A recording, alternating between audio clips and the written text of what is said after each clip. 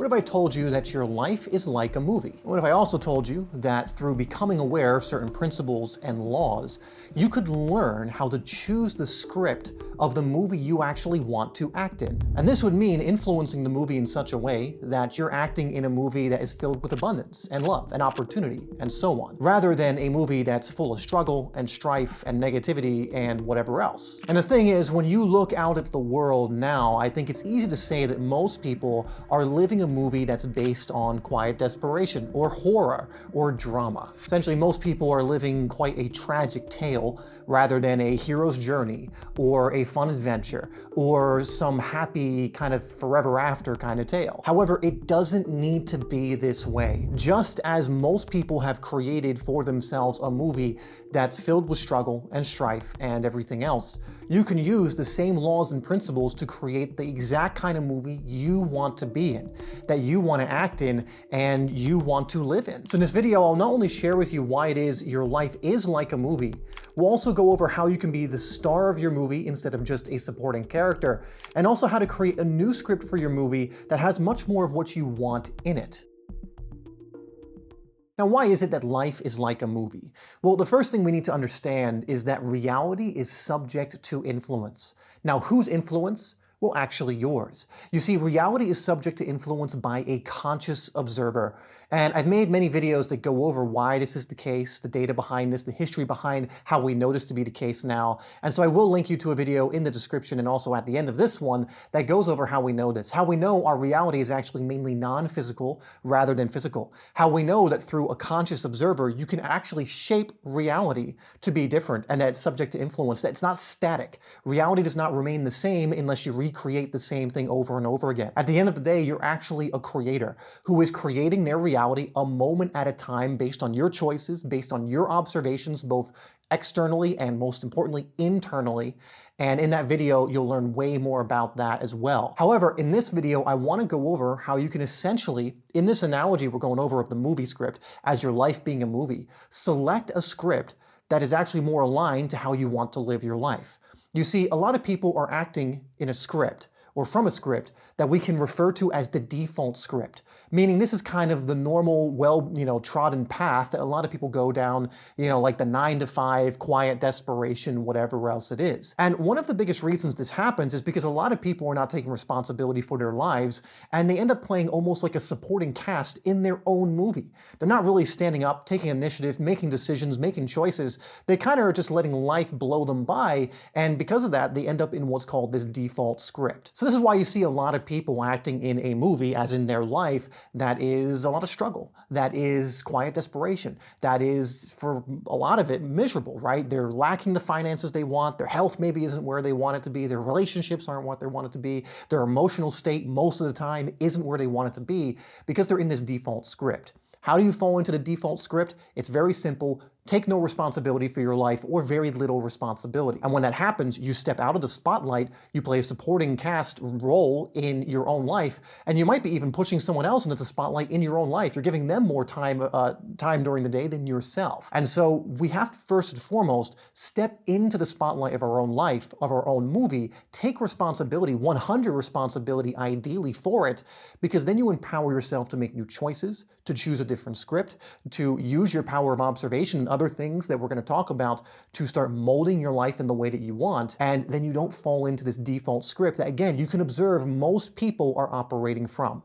And it's not really a pretty sight. So here's an analogy that's going to help you with this. I want you to imagine that there's this building, and this building represents basically every type of script you could possibly act in, right? So every kind of life that is available, a happy life, a miserable life, a drama-based life, an abundant life, all this different stuff, they are represented by these different floors. Now, the higher you go up in this building, and let's just say there's infinite levels, we'll cap it somewhere, but there's infinite levels for the most part. The higher you go up in this building, the higher level of consciousness, energy, and frequency your movie will be at. So at the top of this, you're looking at more things like love and abundance and peace and joy and all of these different kinds of things. There are movies being created with scripts that represent those ways of living. The further down you go, you're getting into scripts that are drama-based, they're horror, they're built around guilt and shame and this level. So you get into the denser rates of vibration. You're getting to the lower levels of consciousness the further down in this building that you go. Now, on each of these floors, there is a movie set, that represents whatever's on the floor. There is a director who, who's writing the script and who is directing the script and everything else. And then there's you and your movie and everyone else. Now, again, a lot of people are at those horror levels, they're at that quiet desperation levels in this building. And what happens is when most people want to change, let's say someone's like, I don't want my life to be this way. And a lot of people out down there don't want it to be that way.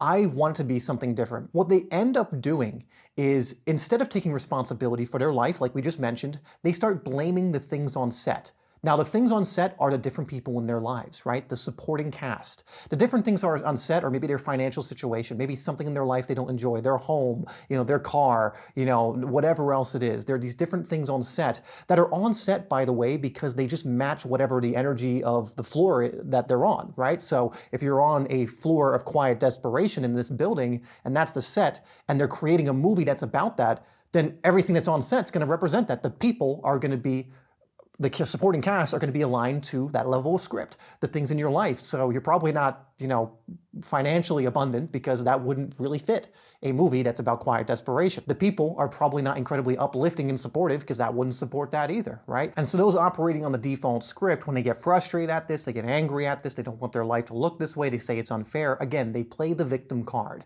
So they're going up to the supporting cast and screaming at them. They're going up to the set and screaming at the things on set. But these are just the things that have to be on this set because of the floor it's on, because of the script of this movie.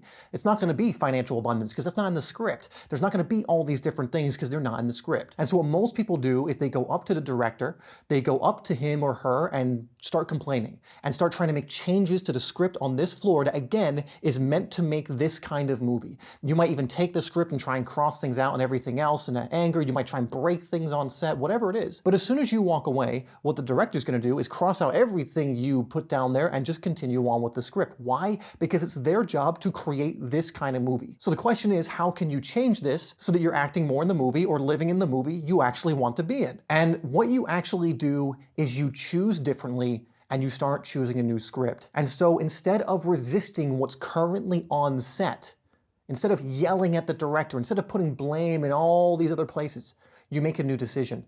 And that decision is as simple as going into the elevator of the building and pressing up. Now again, this can't be done until responsibility is taken. Again, if you keep playing the victim and everything else, it is that level of thinking and being that keeps you in the lower levels. But if you step up and go, you know what, I'm responsible for my life, I have to take initiative, it is only myself and my decisions that's going to help raise me out of here, well then suddenly you're able to stand up, walk over to the elevator, press up, and go up to a floor you would rather live in. Now here's the kicker, because there is a principle or law called the law of continuity.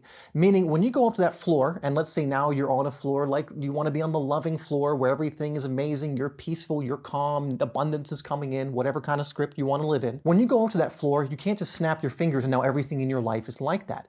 So you actually end up going up the floor. The director of the floor you were just on gives you a copy of the script you were just acting in. You go up floors and you hand this script to the director of the new floor. And so even though they are commissioned to write about abundance now and to create a movie around that, they can't just snap their fingers and that be the case for your life and your movie.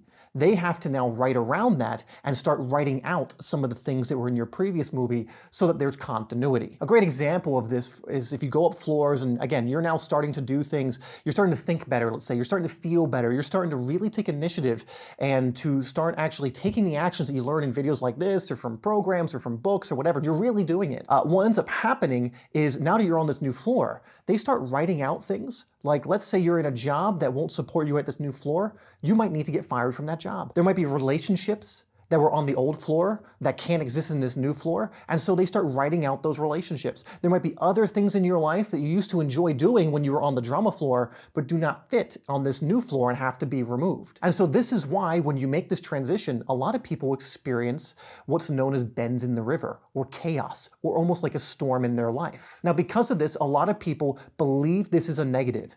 And what do most people do when they go up this floor, they're in this new place, they're thinking better, they're making some progress, they're actually doing the work and they're trusting the process. Well, not fully, we'll get into that in a minute, but they're doing the work and they're feeling better, but then the storm comes up because things need to be cleared out so you can exist at this new level. All these other things start coming up. You know what most people do? They panic, They get back in the elevator and they go back down to the floor they were previously on because it's more comfortable. And because they've now returned to that floor that they were previously on, all those things that started to be removed don't have to be removed anymore, because you're now on the floor where those things exist. They don't need to be written out anymore, because on this floor you went back down to, that's the exact floor that they were created. And so suddenly the chaos does stop, the storm does stop, you keep the job that was no longer aligned, if that's the thing. The toxic relationship is allowed to remain because you haven't stayed up there long enough. All the other things remain, so people go, oh, well, it's fine, maybe I didn't need to do that. But that's not how you're going to grow or evolve, because now these things are still in your life. You're still now operating from that same level. And so how can we do this so that you're not continually just going up and down the elevator, but ultimately returning to your old life or old movie that you've admitted you don't want to act in anymore? Well, let's go back to that example. You go with a copy of the script and you go up to this new floor you want to exist on and you want to act in this movie, right? Well, you have to embrace the storm and the chaos, knowing that you're on the right floor and the floor you want to be on. And if you embrace the bends, embrace the chaos, embrace the storm for long enough, and those things get cleared out, now suddenly things can be written in that are represented at this new floor. And so that could be a completely expanded and updated job that fits where you're at now, that you would absolutely love, for probably higher pay. This means now having a relationship that matches this floor as well, and friendships and everything else. And all of these other things will now start being written in and be props on the set that match this new floor. This is something that I help my clients with because it's one of the most difficult parts when you go on this process, when the storm comes up, but it is inevitable and has to happen if you want to level up to the next place or go to the next floor. Actually, that example I just gave of someone potentially, let's say, losing their job or leaving their job to make room for the new is something one of my clients, her name is Lindsay, went through, where she left her job, which was unfulfilling, and she knew she wanted something new. She didn't have anything lined up or anything, but she embraced the bends and the storm, didn't panic, didn't go back to the job or try and get a similar one. And within, I think, 2 or 3 weeks, a new job presented itself that was much more aligned than she wanted to do for higher pay. And that is an amazing example of what can happen when you embrace the chaos, knowing you're on the right floor, rather than continually going back down to the floor you may feel a little more comfortable on. So recognize that you are able to choose the script of the movie you want to be in, that you want to act in, that you want your life created around. However, first, you have to take 100% responsibility. Stop blaming things outside of you. Make choices, make decisions that you take responsibility for. Go up the elevator, go up, you get a copy of the new script, things will be written out, and embrace the bends and chaos. Because again, if you go back down, nothing's going to shift. The storm will end. You will get relief in that regard. But remember what this storm is actually trying to do. It's not a bad thing. It's not chaos in the negative sense. It is simply trying to remove the things that are no longer going to serve you at this new level so that those things can start coming in that will serve you at this new level. Now, I'm going to give you something that is going to be able to help you with this. And this will help you anytime you feel like you're getting hooked into things or things on the movie set, we'll say, so different supporting cast or anything else that's kind of hooking you and causing you to want to resist what's here. And this is called the art gallery metaphor. What I want you to imagine is that your life is represented by everything that's in this art gallery. So there's all these paintings on these walls. Let's say there's statues and different things and sculptures as well. So there's all of these different things in the art gallery of your life. And again, these paintings represent your financial situation, different relationships, all of these different things that would, again, be on your movie set or different things that are in your life currently. You see, what most people do when they want to change something that's in their art gallery or in their life is they go up to the painting, they go up to the statue or the sculpture, whatever it is that they do not like and do not want in their life, and they start complaining about it. They start yelling at it. They want it removed. They might even try and just start drawing it and vandalize it. But if you were to do that in an actual art gallery, you would be kicked out. You have no right to actually manipulate or change anything that's in your art gallery. However, you have every right to go into a different room into the art gallery, into a room that has things you actually want more of in your life. It's the same idea of going up the floors too. You go into a different room or a different floor in this case that has the script you actually want for your life. And so in this example, whatever you're complaining about basically becomes the glue that keeps you stuck to whatever you're complaining about. So when you're complaining and you're screaming at the artwork, you're screaming at the sculptures, the things you don't like, it's as if you're making them bigger. You're making them more prominent in your life. And so what's going on here is you're giving these things more focus and more energy, which is making them more prominent in your life. You're basically fueling and feeding them. And the way to stop doing that is to stop giving them attention. And so if you feel you're being hooked by something in the art gallery that you don't like, Do not complain about it. Do not justify it. No, all these different things. All you're doing is keeping it present if you do that. Instead, turn your back to it, go into a different room with paintings that you enjoy, and give them your attention. You can keep this idea in mind. Choose, don't change. You can't change any of the paintings or things in your life. They're already in the physical. One thing to recognize is anything in your physical world right now is just an energetic history. Things you were energetically putting your attention on in the past that have now presented themselves in your present. And so when you're resisting them and trying to change them, you're trying to change history. Instead, create a new energetic history by going to the floor you want to be on and going into the art gallery room you actually want to continually expand in your life. Earlier I mentioned I will give a video that goes over more of the data and everything else that shows our reality is subject to influence. And if you haven't watched that already or something similar where you understand this idea, it's going to make it a little more difficult to understand what we went over here. However, if you watch this video combined with what you learned today in this one, it's going to pull all of these pieces together into something that's going to be very useful for you. So I explain what that is in this next video, the data, the science, why reality is subject to influence, and so much more. So I'd go watch that next.